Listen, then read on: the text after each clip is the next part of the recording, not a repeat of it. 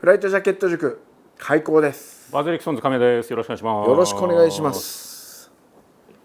塾長、今日ははいなんかバリエーションに富んだものが、そうなんですよね。今シーズン一応バズリクソンズの一つのメインとなるアイテムの構成ですね。この秋冬の新作が、はい。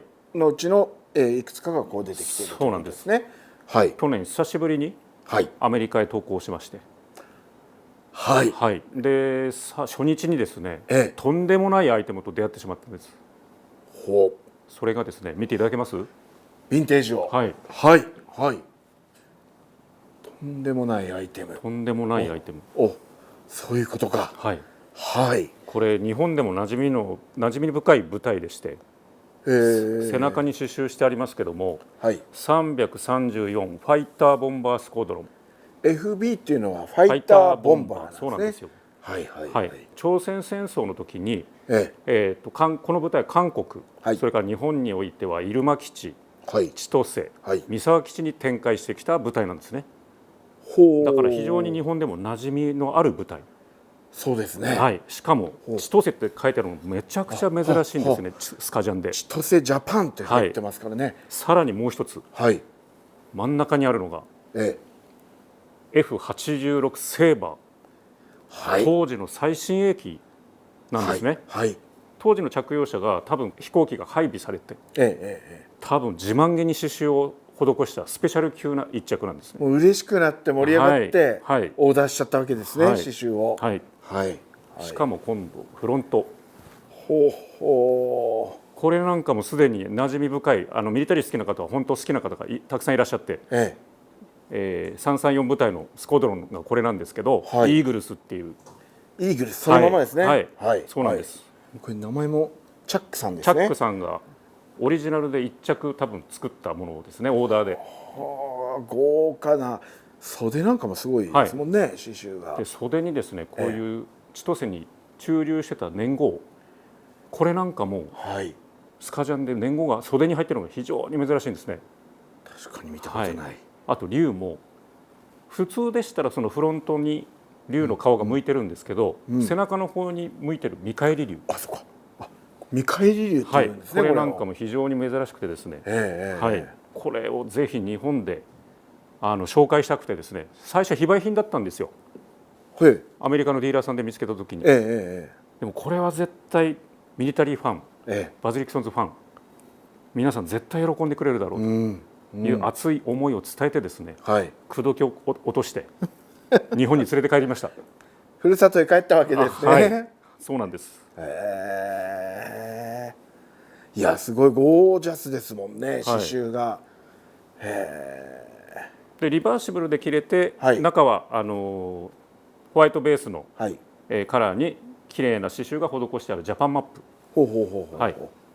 すごく綺麗です。どちらでも気分によって、着回しの利くものですね。はあ、でもこれ紺でいいんですよね。もともとちょっとヴィンテージなので、ちょっと日焼けとかもしてるんですけど、この辺もですね、うちの方で同じ別鎮の色を再現して。製品化してます。よりスペシャル感を出すために、レーベルもですね、バズリクソンズとあともともと軍に、収めてた東洋エンタープライズ社の前身、光章のダブルネームがポケットの中についてます。ついてるんですね。じゃあもうバズリクソンズと光章の、コラボみたいな見え方になってるわけですね。こんだけのスペシャル機は自分自身も見たことないので、よりスペシャル感を出すためにそのダブルネーム。パッチもなんかそうなんですよ。やはりスカジャンだけあってこう手振り刺繍なので、その正規の絵柄と若干崩れてる、この辺りも非常に味わい深いんですね。もうフリーハンドに近い形でやってたのかもしれないですね。スカジャンならではの味が出てます。なんか文字も一個一個がすごい大きい文字で刺繍されてて、豪勢に見えますね。これなんかやはり自分のその戦闘機とか、所属してた部隊とか、そのチャックさんの思いが誇示する思いが伝わってきますよね、この一着から。いや確かにかっこいいですね。このスカジャンを元にして作ったのがこちら、バズリクソンズと光章のダブルネームのスカジャンです。いや、刺繍の文字のフォントの感じとかも、まんまこう再現されてて、星食器の星の細かい感じとかもすごい出てますよね。やっぱりこのセーバーの迫力というか、そういう空気感までちゃんと、これはかっこいいですね。最新鋭のジェット機がスカジャンに刺繍された、自分も初めて見ました。すごいですね、これは本当に。またね、刺繍が運針が細かくて綺麗になってますね。セーバーといったらね、もう名機ですもんね。そうなんですよね。この頃活躍した、ちょうど50年代に配備された最新鋭のジェット機ですからね。そうですね。先ほど紹介した、スカジャン、F86 セーバーが、刺繍された、それとですね、同じ部隊の今度はフライトジャケット。実際にこれに乗る人が、先ほどと同じ部隊です。イーグルス。イーグルスのパッチがついてるんですね。そうなんですよ。1950年に朝鮮戦争が勃発して、ちょうど同じくしてこの B15C、これモディファイなんですけども、もともと B15C っていうのが襟がムートになってて、1950年に、採用されて、で後に、ヘルメットもジェット機によってヘルメットも大型化されて、襟が干渉して邪魔だよというところでボア襟が回収されて取り外されてモディファイしましたよっていうバージョンがこれだから、この手術後の白いステッチが襟の周りのところですね、あと裾の裏と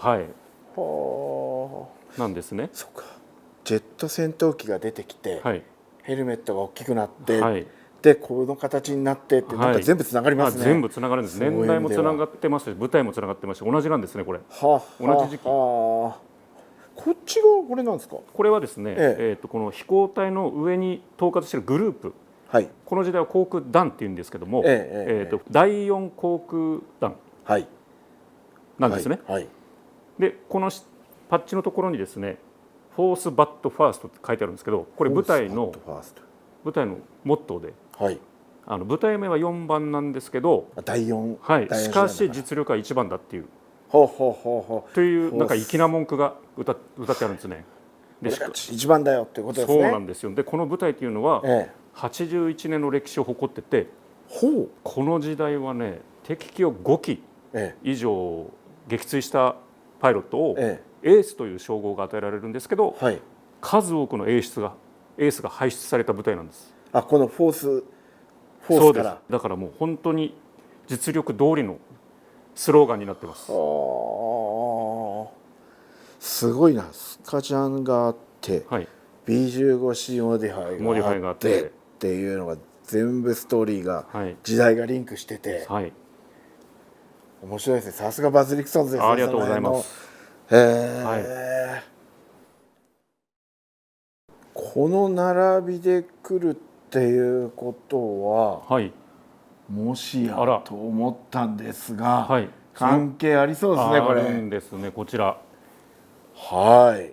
今までで温めてたんですけど、これ昔からそうなんで、サンプルは用意してあって、持ってたんだ。ヴィンテージがあって、先ほどのそのフォースバットファースト、この舞台がハンドペイントされたヴィンテージが実在しまして、このパッチと同じデザインだ。そうなんですよ。上に虎がいて、これもやはりキンポエアベースって韓国の米軍のエアベースで、334イーグルス、このイーグルスですね。334、本当だ、全く合ってる。そうなんですよ。でここにフォースファイターインターセプターウィングって書いてあって、先ほどのスカジャンにも刺繍してあったこちらハンドペイントの F86 セーバー、また出てくるわけですね。またセーバーなんですよ。すごい、これ全部手書きなんだ。これこういうね、要所、僕がその仕事する上でいつもいろんな本持ってらっしゃいますもんね、亀谷さんは。こうやって、コリアンウォーっていうこういう要所ですね。これなんかにもセーバーが表紙に出てたりとか、これまさにイーグルスです。一緒だ。イーグルスなんですよ。っていう、これもセーバーですね。本当だ。ミグアレイっていうね。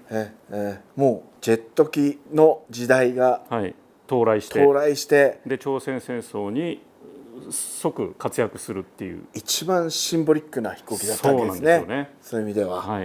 ほー、揃いましたね、はい、セイバーで、はい、セイバーだけじゃないですね、この334で、そうですね、第4でみたいな、はい、そうです。初めてじゃないですか、こんな、時々こうネタをこう集めてやる、はい、もうストーリーを、はい、ストーリーなんか去年30周年を迎えて31周年はあれみたいに思われても嫌なので、ちょっと迫力あるような感じでちょっと集めてみました。一個一個のアイテムもすごくインパクトの強いアイテムじゃないですか、はい、でもそれが全部合ってるって、はい、片や手振りの刺繍、片やハンドペイント。ハンドペイントっていうのはまたすごいですよね。これちょっと見せていいですか、はい、これシダンパッチですね、はい、そうです。もう全部手書き、もしの手書きですか、これは。そうです、全部。でこういう取っ手にこうまたいでるのも個体になった時点でプリントはもうすでにできない。そっかそっかそっか、はい、こういうふうに一つの商品個体になって、またこういうテープのところをまたいで塗ってるっていうところが非常にリアル。はあ、当時のカスタムの感じを、はいはい、だってこれヴィンテージですって言われたら、はい、あヴィンテージですねって思っちゃいましたけど、はい、はい、そういうところまでちゃんとやってるから、そう見えちゃうわけですね。もともとこのバッグは環球品であって、片面にこういうエアフォースマーク、大きいエアフォースマークがあって、はい、飛行機に乗り込む時の一切合切もうユニフォームから何から装備品から入れて乗り込むキットバッグですね。パイロットが実際使ってたもの。はい、でその後ろに大胆にもこうハンドペイントしたものが実在して、念のためもう一回確認していいですか、はい、この個体は、はい、これはバズリクソンズとして作った復刻品ですよね。復刻品です。分かんなくなるんで、はいはい、本当になんかこっち側も見てはあ、復刻品ですよね。そうです。へえ、いやすごいな。同時にこの秋全部出てくるんですね。これが出てきます。はあ、はい、なんかすごいセーバーへの注目度がぐんと僕の中で上がりました、はい、ちょっといろいろ調べてみたくなっちゃった、はい、先ほど見せていただいた、はい、ヴィンテージのスカジャン、はい、あそこからこのコレクションが生まれたっていうのは間違いないですか？そうなんですね。その昨年アメリカ行った時にですね、行った初日にこのスカジャンと出会って、はい、もう本当夢にまで出てこなかったような刺繍が打ってあって、はい、舞台もそうですし、はい、その背中のジェット機も初めて見たので、はい、個人的にはものすごいこのスカジャンに思い入れがあります。はい、でこれだけじゃなく、特にフライトジャケットファンはスカジャンも好き、このジェット機が刺繍されたスカジャンも好きでしょうし、もちろんこういうね正規環球品のジャケットにそういうスコドロンパッチがついたのも好きでしょうし、なおかつこのリアルなハンドペイント、またこれを持ってたっていうのはすごい、はい、すごいですね。っていう風な感じで大々的にこう打ち出しをしたかったんですね。このスカジャンに対する思いが強すぎて完全に惚れ込みましたね。惚れ込みました。いやすごい、もうこのコレクションは全部揃えたくなっちゃう人多いんじゃないですか。ね、そうなるといいですけどね。はい。それでは今日の講義はこの辺りで。ありがとうございます。